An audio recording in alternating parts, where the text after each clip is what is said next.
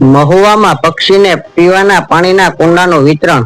આ કાળઝાળ ઉનાળામાં પક્ષીઓને પાણી તેમજ રહેઠાણ મળી રહે તેમજ પર્યાવરણની રક્ષા હેતુ શ્રી જૈન રિયાવત ગ્રુપ મહુવા દ્વારા પક્ષીને પાણી પીવાના કુંડા, ચકલીના માળાનું વિતરણ ટોકન સાધના ચા પરિવાર અને બાલાજી બ્રોકરના સૌજન્યથી વિતરણ તારીખ 6 એપ્રિલ 2025 રવિવારે રામનવમીના પવિત્ર દિવસે સવારે 10 કલાકે ગૌતમ સ્વીટ પાસે ગાર્ડન રોડ મહુવા ખાતે રાખેલ હોય.